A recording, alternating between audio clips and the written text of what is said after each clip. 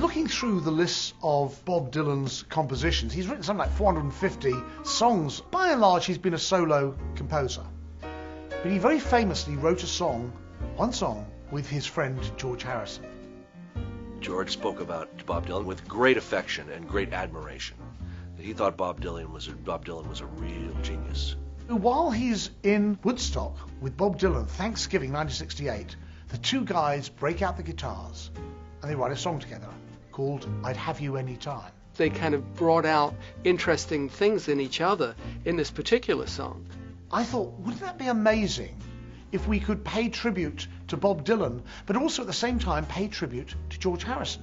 George Harrison was a huge inspiration to Amnesty International, because when John Cleese and I started the Secret Policeman's Ball shows back in 1976, we were doing these as benefits for Amnesty.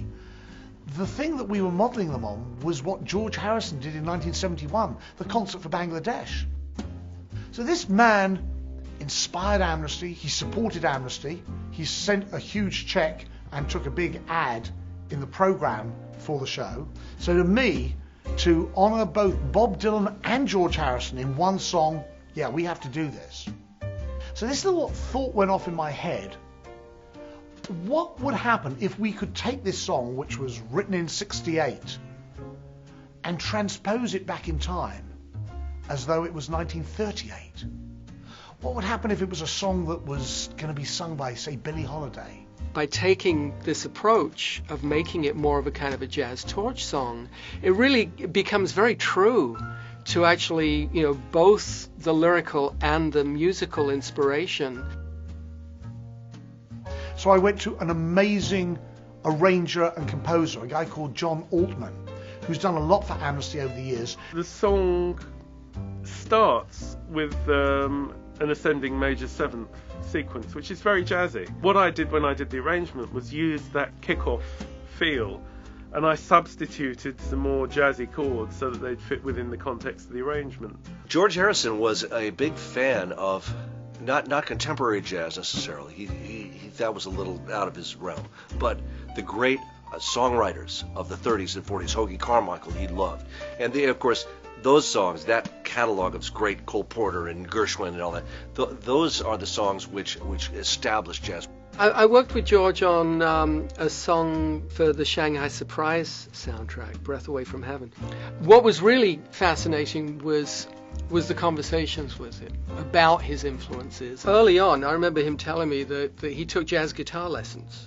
And at his home, they would listen to Hoagy Carmichael. Of all the Beatles, George was probably the most inclined towards the standards of the 30s and 40s and the more jazzy approach. I consider George kind of a friend of jazz, if not a complete devotee.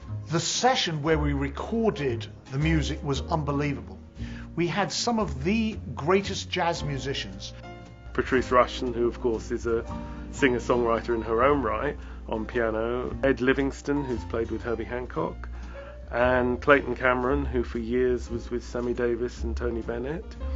Lawrence Juba, who was the guitarist with Paul McCartney and Wings. And Tom Scott, who, apart from being a great sax player, of course, was a great friend of George Harrison's. You put great musicians together and you get magic. Now we've got to find somebody to sing it. And I got this really quirky idea. A few years ago there was a film called Across the Universe, a movie that had at its heart Beatles songs. And Julie Taymor directed it. And I got involved in that film and I helped organise the US premiere of the movie. And so I got to know the lead actress and singer from the movie, Evan Rachel Wood. An amazing actress, and also in that movie sang really well. When I put together the premiere, we decided we were going to have a party afterwards here in LA at the Viper Room. And that night, after the premiere of the film, we went to the Viper Room. She got up on stage after just 2 rehearsals and sang the life out of A Day in the Life. She blew people away. So that had always stayed with me, that Evan was quite a remarkable artist. So we got together and we're having a drink and we're chatting. And actually we were talking about a couple of other songs, and I just happened to mention this song and Billie Holiday. Evan's eyes light up. Let me in here. know I've been here.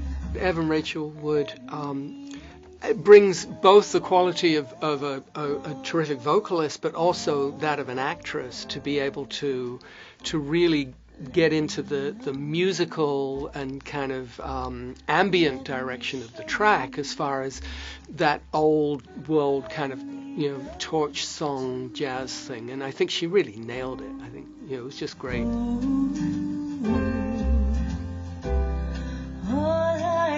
We set the key over the phone transatlantically, and it all worked out beautifully. She came in, she sang the song magnificently.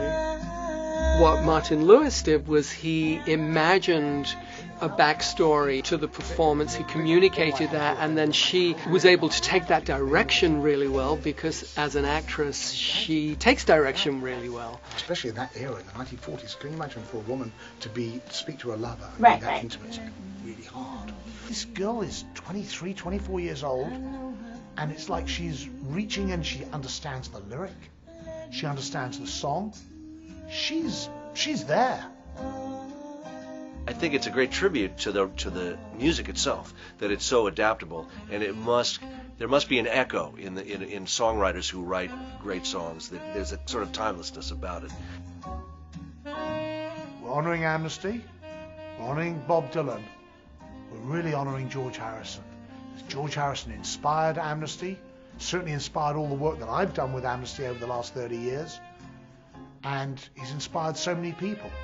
So yeah, this one's for George. Let me into your